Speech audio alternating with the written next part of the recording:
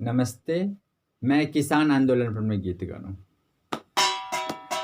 दौड़ो दौड़ो या सरकार, किसान सब मचवाए हाहाकार।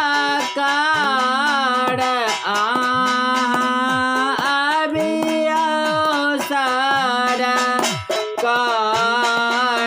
एक बेरिया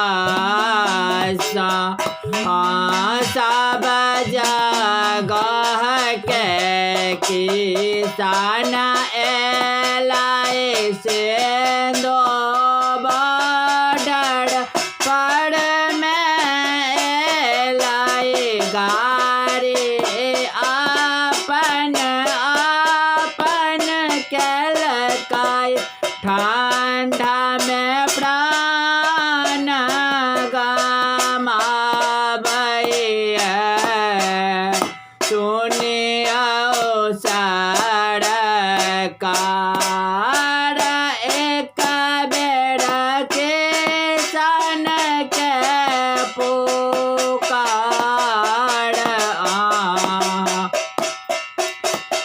सुनियो सरकार ओ सब थाल में धान रोपाइया, रौद में कमठाओ निकराइया,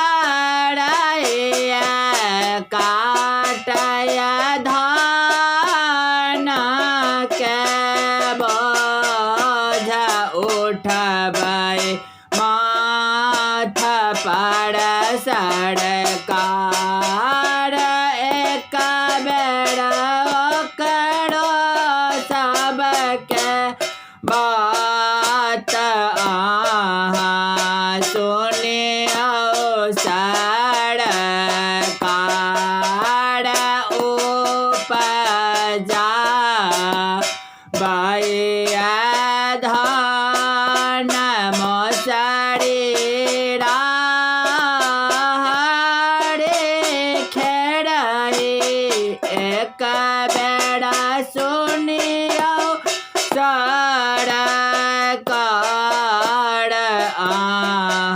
किसान के बात जो अहाँ सुनबै नहीं सरकार, किसान देतै अपन जान मजदूर छाए नासान अहिना गाड़ी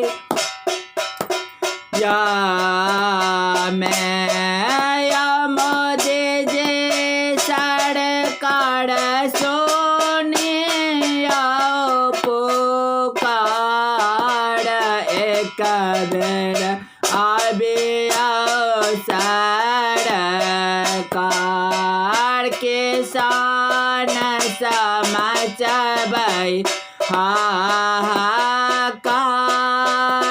ललका झंडा लेने तैयार अब की हेतै सरकार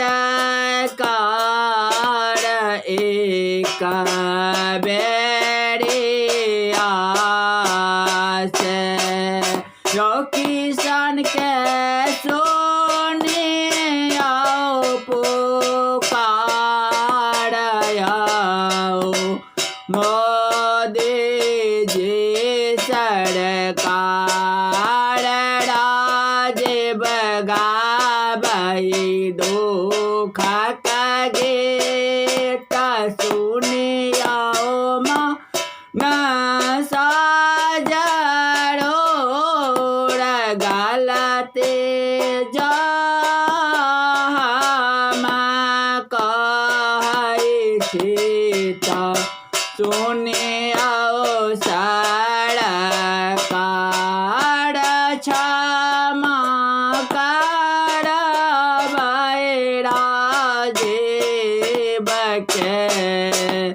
सुनो सरकार। नमस्ते। जो आप लोग को ये किसान के दर्द भरे गीत आंदोलन पर में अच्छा लगता होगा तो मेरा चैनल सब्सक्राइब करना, लाइक करना, शेयर करना, कमेंट में लिखना ये किसान गीत कैसा लगा। नमस्ते।